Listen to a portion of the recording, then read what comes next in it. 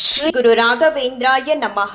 Video ನೋಡ್ತಿರೋ ಎಲ್ಲರಿಗೂ ನನ್ನ ನಮಸ್ಕಾರಗಳನ್ನ ತಿಳಿಸ್ತಾ ಇವತ್ತಿನ ವಿಡಿಯೋದಲ್ಲಿ ನನಗೆ 5 ದಿನಗಳ ಹಿಂದೆಯೇ ಒಂದು ಕಮೆಂಟ್ ಬಂದಿತ್ತು. ಅಕ್ಕ, ನಿಮ್ಮ ಮನೆಯಲ್ಲಿ ಬೃತ್ತಿಕೆ ಇಟ್ಟು ಪೂಜೆ ಮಾಡ್ತಿದ್ದೀರಾ, ಬೃತ್ತಿಕೆನ ಇಟ್ಟು ಪೂಜೆ ಮಾಡೋದ್ರಿಂದ ತೊಂದರೆಗಳು ಜಾಸ್ತಿ ಆಗುತ್ತಂತೆ ಅಕ್ಕ, ನಿಜನಾ ಅಂತ ಕೇಳಿದ್ರು. ಅದ್ರ ಬಗ್ಗೆ ತಿಳಿಸ್ತಾ ಇದ್ದೀನಿ. ಹಾಗೆ ನಿನ್ನೆ ವಿಡಿಯೋ ಕೊನೆಯಲ್ಲಿ ಕೂಡ ಹೇಳಿದ್ದೆ ಬೃತ್ತಿಕಾ ಪ್ರಸಾದದ ಬಗ್ಗೆ ತಿಳಿಸ್ತೀನಿ ಅಂತ.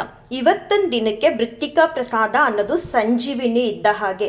ಬೃತ್ತಿಕಾ ಪ್ರಸಾದ ಸೇವನೆಯಿಂದ ಗುಣಮುಖವಾಗದೇ ಇರುವಂತಹ ಯಾವುದೇ ಕಾಯಿಲೆಗಳು ಇಲ್ಲ ಅನ್ನೋ ಹಾಗೆ ಇಲ್ಲ. ಒಂದೊಂದು ಬಾರಿ ಡಾಕ್ಟ್ರು ಕೂಡ ಸೋತಾಗ, ಇಲ್ಲ ಅಮ್ಮ ನಾವು ಎಷ್ಟು ಮೆಡಿಸಿನ್ಸ್ ಕೊಟ್ಟರು ವಾಸಿ ಆಗ್ತಿಲ್ಲ ಅಂತ ಹೇಳಿದಾಗ ಈ ಬೃತ್ತಿಕಾ ಪ್ರಸಾದನ ಸೇವನೆ ಮಾಡಿ ಗುಣಮುಖವಾಗಿರೋ ಎಷ್ಟೋ ಮಂದಿ ಇದ್ದಾರೆ. ಹಾಗೆ ಕ್ಯಾನ್ಸರ್ ಅನ್ನೋದು ಎಷ್ಟು ಮಾರಕವಾದ ರೋಗ ಅನ್ನೋದು ನಮ್ಮೆಲ್ರಿಗೂ ಕೂಡ ತಿಳಿದಿದೆ. ಎಷ್ಟೋ ಕ್ಯಾನ್ಸರ್ ಪೇಷಂಟ್ಗಳು ಕ್ಯಾನ್ಸರ್ ಬಂದಾಗ ಡಾಕ್ಟ್ರಿಗೂ ಕೂಡ ತೋರಿಸಿ ವಾಸಿ ಆಗಿಲ್ಲ ಅಂತ ಅಂದಾಗ ಬೃತ್ತಿಕಾ ಪ್ರಸಾದನ ಸೇವನೆ ಮಾಡಿರೋದ್ರಿಂದ ರಾಯರು ಅನುಗ್ರಹ ಮಾಡಿ ಆ ಕ್ಯಾನ್ಸರ್ ರೋಗ ಅನ್ನೋದನ್ನೇ ದೂರ ಮಾಡಿದ್ದಾರೆ ಬೃತ್ತಿಕಾ ಪ್ರಸಾದ ಸೇವನೆಯಿಂದ. ಆ ರೋಗ ಈ ರೋಗ ಅಂತ ಅಲ್ಲ, ಬೃತ್ತಿಕಾ ಪ್ರಸಾದ ಸೇವನೆಯಿಂದ ಎಷ್ಟೋ ರೋಗಗಳು ಕಾಯಿಲೆಗಳು ದೂರ ಆಗಿದೆ. ಆ ಕಾರಣಕ್ಕೆ ಇವತ್ತಿನ ದಿನಕ್ಕೆ ಬೃತ್ತಿಕೆ ಅನ್ನೋದು ಸಂಜೀವಿನಿ ಇದ್ದ ಹಾಗೆ ಅಂತ ನಾನು ತಿಳಿಸಿದ್ದು. ಏನಂದ್ರೆ ಇದು ರಾಯರ ಇಚ್ಛೆನೋ ಏನೋ ನನಗೆ ತಿಳಿದು, ನಾನು ಮೊದಲು ಈ ಮನೆಗೆ ಬಂದಾಗ ನನ್ನ ಜೊತೆ ರಾಯರದೊಂದು ದೊಡ್ಡ ಫೋಟೋ ಬಿಟ್ರೆ ಬೇರೆ ಯಾವ ಫೋಟೋಗಳು ಕೂಡ ಇರಲಿಲ್ಲ. ರಾಯರು ಇಲ್ಲಿ ನೆಲೆಸಿದ ಮೇಲೆ ಅಂದರೆ ನನಗೆ ಅನುಗ್ರಹ ಮಾಡ್ತಾ ನಾನು ಸೇವೆ ಮಾಡೋದಕ್ಕೆ ಶುರು ಮಾಡಿದ್ಮೇಲೆ ನಮ್ಮನೆಗೆ ಮೊದಲನೇದಾಗಿ ಬಂದಿದ್ದು ಪರಿಮಳ ಗ್ರಂಥ, ನಂತರ ಬೃತ್ತಿಕಾ ಪ್ರಸಾದ. ಈ ಬೃತ್ತಿಕಾ ಪ್ರಸಾದನೂ ಕೂಡ ಯಾರೋ ಪುಣ್ಯಾತ್ಮರು ನನಗೆ ಕಳಿಸ್ಕೊಟ್ರು. ಅದಾದ್ಮೇಲೆ ಯಾಕಾದ್ರೂ ತಗೊಂಡೋ ಅವರಿಂದ ಅನ್ನಷ್ಟು ಬೇಜಾರಾಯಿತು ಕೆಲವು ವಿಚಾರವಾಗಿ.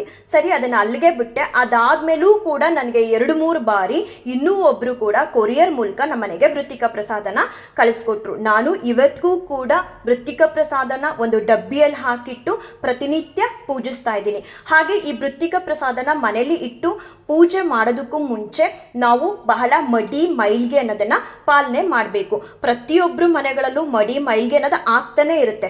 ಒಂದು ಶುಭ್ರವಾದ ಅಂದ್ರೆ ಮಡಿಯಾದ ಜಾಗ ಯಾವುದು ಅಂದ್ರೆ ಅದು ನಮ್ಮ ದೇವ್ರ ಮನೆ. ನಾವು ಮೈಲ್ಗೆ ಆದಾಗ ಅದರ ಹತ್ರ ಹೋಗ್ಬಾರ್ದು. ನನ್ಗಂತೂ ಮನೆಗೆ ರಾಯರ ಫೋಟೋ, ಪರಿಮಳ ಗ್ರಂಥ, ಬೃತ್ತಿಕಾ ಪ್ರಸಾದ ಹಾಗೆ ಎಲ್ಲಾ ದೇವ್ರ ಫೋಟೋಗಳು ಬಂದು ನಾನು ಪೂಜಿಸೋದಕ್ಕೆ ಶುರು ಮಾಡಿದ್ಮೇಲಿಂದ ಯಾವುದೇ ದೋಷ ಕೂಡ ಬಂದಿಲ್ಲ, ಯಾವುದೇ ಕಷ್ಟಗಳು ಕೂಡ ಬಂದಿಲ್ಲ. ಅದ್ರ ಬದಲಾಗಿ ನಾನು ಎಷ್ಟೆಲ್ಲ ಕಷ್ಟಪಟ್ಟಿದ್ದೆ ಜೀವನದಲ್ಲಿ ಅದೆಲ್ಲವೂ ಕೂಡ ಒಂದೇ ಬಾರಿ ಅಲ್ಲದೆ ಇದ್ರೂ ಸ್ವಲ್ಪ ಸ್ವಲ್ಪ ಸ್ವಲ್ಪ ಸ್ವಲ್ಪ ನನ್ನಿಂದ ದೂರ ಆಗಿ ನೆಮ್ಮದಿ ಅನ್ನೋದನ್ನ ಭಗವಂತ ಕರುಣಿಸಿದ್ದಾರೆ. ಕೆಲವ್ರಿಗೆ ಒಂದು ಯೂಟ್ಯೂಬ್ ಚಾನಲ್ ಅಂದ್ರೆ ಅದಕ್ಕೆ ವ್ಯೂಸ್ ಬಂದ್ಬಿಡ್ಬೇಕು, ಸಬ್ಸ್ಕ್ರೈಬರ್ಸ್ ಆಗಬೇಕು, ಇಲ್ಲ ಲೈಕ್ಸ್ ಬರಬೇಕು, ಆಗ ರಾಯರ ಅನುಗ್ರಹ ಮಾಡಿದ್ದಾರೆ ಅಂತ ಅರ್ಥ. ಆದರೆ ಕೆಲವ್ರಿಗೆ ಇದು ತಿಳಿದಿರಲ್ಲ. ನಾವು ರಾಯರ ಪಾದನ ಹಿಡಿಯೋದಕ್ಕೂ ಮುಂಚಿನ ಬದುಕು ಹೇಗಿರುತ್ತೆ, ರಾಯರು ಬಂದ ಮೇಲೆ ನಮ್ಮ ಬದುಕನ್ನ ಯಾವ ರೀತಿ ಬಂಗಾರವಾಗಿ ಬದಲಾಯಿಸಿರ್ತಾರೆ ಅಂತ ಅದು ಅರ್ತಿರೋ ಹಾಗೆ ಅನುಭವಿಸಿರೋ ನಮಗೆ ಮಾತ್ರ ಗೊತ್ತಿರುತ್ತೆ. ಬೃತ್ತಿಕಾ ಪ್ರಸಾದನ ಮನೆಯಲ್ಲಿಟ್ಟು ಪೂಜಿಸೋದ್ರಿಂದ ಯಾವ ತೊಂದರೆಗಳು ಕೂಡ ಆಗಲ್ಲ. ಕೆಲವರು ನಾನಾ ರೀತಿ ಹೇಳ್ತಾರೆ, ಅದನ್ನು ಕೇಳೋದು ಬಿಡೋದು ವಿವರ್ಸ್ ಆಗಿ ನಿಮಗೆ ಬಿಟ್ಟಿದ್ದು. ನನಗಂತೂ ನನಗೆ ಬಂದಿರೋ ಪ್ರಶ್ನೆಗೆ ಉತ್ತರ ಕೊಟ್ಟಿದ್ದೀನಿ. ಯಾವ ಕಷ್ಟ ಕಾರ್ಪಣ್ಯಗಳು ಕೂಡ ನನ್ನ ಹತ್ರ ಸುಳಿದಿರ ಹಾಗೆ ರಕ್ಷಕರಾಗಿ ರಾಯರು ನನ್ನ ಜೊತೆ ಇದ್ದಾರೆ.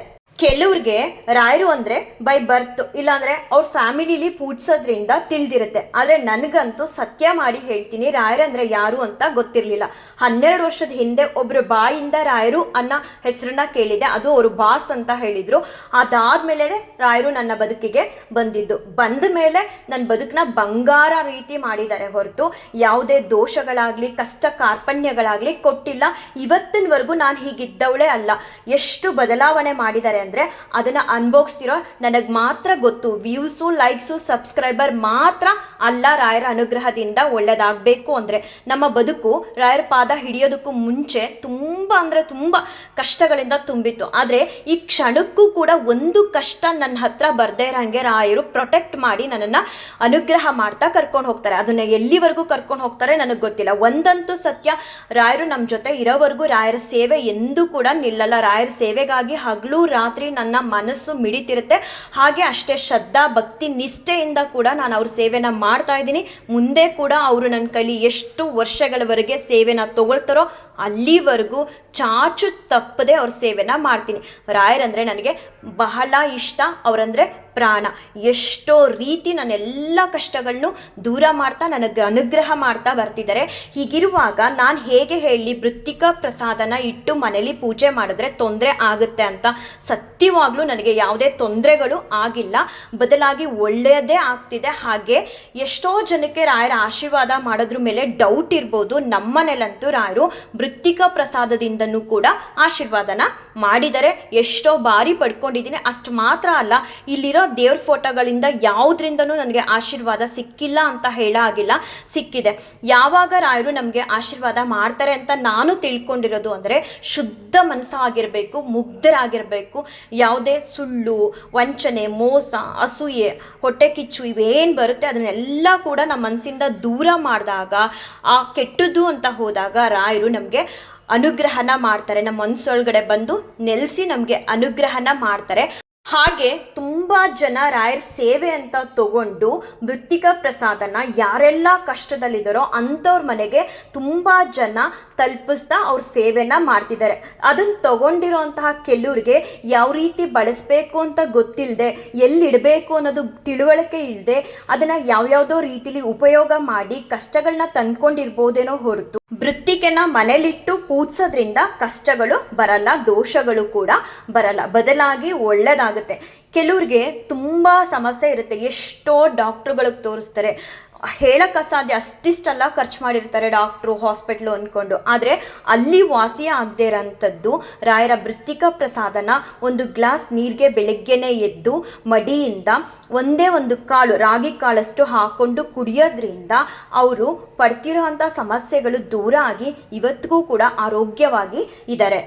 ಒಂದು ರೀತಿ ಸಂಜೀವಿನಿಗೆ ಸಮ ಆಗಿರುವಂತಹ ಈ ಮೃತ್ತಿಕಾ ಪ್ರಸಾದನ ಮನೇಲಿ ಇಡೋದ್ರಿಂದ ಕಷ್ಟಗಳು ಬರುತ್ತೆ ಹಾಗೆ ಹೀಗೆ ಅಂತ ಯಾಕೆ ಬೇರೆಯವ್ರಿಗೆ ಅನ್ನಿಸ್ತಿದೆ, ಕಾರಣ ಏನು ಅಂತ ನನಗಂತೂ ಗೊತ್ತಿಲ್ಲ, ಅಥವಾ ಬೇರೆಯವ್ರು ಯಾಕೆ ಈ ರೀತಿ ಹೇಳ್ತಿದ್ದಾರೆ ನನಗಂತೂ ತಿಳಿದು. ಇದನ್ನೆಲ್ಲವನ್ನು ಕೂಡ ರಾಯರು ನೋಡ್ತಿರ್ತಾರೆ, ಹಾಗೆ ಎಲ್ಲವನ್ನು ಕೂಡ ರಾಯರು ಸರಿ ಮಾಡ್ತಾರೆ. ಈ ವಿಡಿಯೋ ನೋಡೋರು ಯಾರಾದರೂ ನಿಮ್ಮನೆಗಳಲ್ಲೂ ಮೃತ್ತಿಕಾ ಪ್ರಸಾದ ಇದೆ, ಕೆಲವ್ರು ಹೇಳ್ತಿದ್ದಾರೆ ಅದನ್ನು ಖಾಲಿ ಮಾಡಿಬಿಡ್ಬೇಕು ಅಥವಾ ತೊಗೊಂಡೋಗಿ ಎಲ್ಲಾದರೂ ಹರಿಯ ನೀರು ಬಿಟ್ಬಿಡ್ಬೇಕು ಅಂತ ನಿರ್ಧಾರ ಮಾಡಿದರೆ ದಯವಿಟ್ಟು ಆ ರೀತಿ ಮಾಡೋದಕ್ಕೂ ಮುಂಚೆ ನೀವು ರಾಯರ ಮುಂದೆ ಕೂತ್ಕೊಂಡು ರಾಯರನ್ನೇ ನೇರವಾಗಿ ಕೇಳಿ, ನಾವು ಮೃತ್ತಿಕಾ ಪ್ರಸಾದನ ಇಟ್ಟು ಪೂಜೆ ಮಾಡೋದ್ರಿಂದ ಕಷ್ಟಗಳು ಬರುತ್ತಾ ತಂದೆ ಅಂತ. ಖಂಡಿತ ಯಾವ ಕಷ್ಟಗಳು ಬರಲ್ಲ, ರಾಯರೇ ನಿಮಗೆ ಅದಕ್ಕೆ ಉತ್ತರ ಅನ್ನೋದನ್ನು ಕೊಡ್ತಾರೆ. ಮನೆ ಅಂದಮೇಲೆ ದೇವ್ರ ಮನೆ ಇರುತ್ತೆ, ದೇವ್ರ ಮನೆ ಅಂದಮೇಲೆ ಅಲ್ಲಿ ದೇವ್ರ ಸೇವೆ ಅಂತೂ ನಡೆಯುತ್ತೆ. ಅದು ಅದ್ದೂರಿಯಾಗಿ ನಡೆಯುತ್ತೋ, ಸಿಂಪಲ್ ಆಗಿ ನಡೆಯುತ್ತೋ, ಹಣ್ಣುಗಳನ್ನೇ ಇಡ್ತಾರೋ, ಚಾಕ್ಲೇಟ್ನೇ ಇಡ್ತಾರೋ, ಇನ್ನೊಂದು ಇಡ್ತಾರೋ, ಇಡಲ್ವೋ, ಅದೆಲ್ಲವೂ ಕೂಡ ಅವರವರ ಭಕ್ತಿ ಭಾವಕ್ಕೆ ಬಿಟ್ಟಿದ್ದು. ಮತ್ತೆ ಆ ರೀತಿ ಎಲ್ಲ ಮಾಡಬೇಕು, ಇಡಬೇಕು ಅನ್ನೋದಕ್ಕೆ ಬಹಳ ದೊಡ್ಡ ಮನಸ್ಸು ಬೇಕು. ಆ ದೊಡ್ಡ ಮನಸ್ಸನ್ನ ಭಗವಂತ ನನಗಂತೂ ಕೊಟ್ಟಿದ್ದಾನೆ. ನಾನಂತೂ ಪ್ರತಿನಿತ್ಯ ರಾಯರ ಸೇವೆನ ಮಾಡ್ತಾ ಆ ರಾಯರ ಅನುಗ್ರಹನ ಪಡೀತಾ ಅದರಿಂದ ಸಂತೋಷ ಕ್ಷಣ ಕ್ಷಣ ಕೂಡ ನೆಮ್ಮದಿಯಿಂದ ಬದುಕ್ತಾ ಇದ್ದೀನಿ.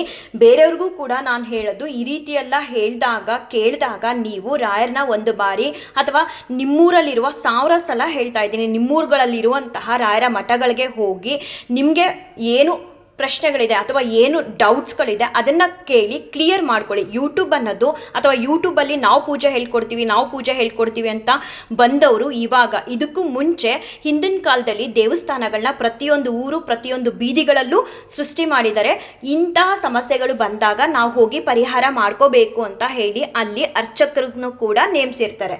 ನಾನು ಈ ಮನೆಗೆ ಬಂದಾಗ ಮೊದಲು ಮಾಡ್ತಿದ್ದದ್ದು ರಾಯರ ಫೋಟೋನ ಇಟ್ಟು ಅವ್ರ ಮುಂದೆ 2 ದೀಪಗಳನ್ನಷ್ಟೇ ಮಾತ್ರ ಹಚ್ಚಿದ್ದು. 2 ದೀಪ ಹಚ್ಚಿದ್ದೀನಿ ಅಂತ ಹೇಳಿ ರಾಯರೇನು ನನ್ನ ಕಷ್ಟಗಳನ್ನ ದೂರ ಮಾಡಿದೆ ಹಾಗೆ ಕೂರಲಿಲ್ಲ. ನೀನು ಶಾಸ್ತ್ರವಾಗೇ ಮಾಡಬೇಕು, ಇಲ್ಲ ಅಂದರೆ ನಾನು ನಿನ್ನ ಕಷ್ಟನ ದೂರ ಮಾಡಲ್ಲ, ಹಾಗೆ ಹೀಗೆ ಅಂತ ಯಾವುದನ್ನೂ ಕೂಡ ನನಗೆ ಹೇಳಿಲ್ಲ. ನಾನು ಹಚ್ಚಿದ್ದು, ನಾನು ಈ ಮನೆಗೆ ಬಂದಾಗ ರಾಯರ ಫೋಟೋ ತಂದಾಗ 2 ದೀಪ.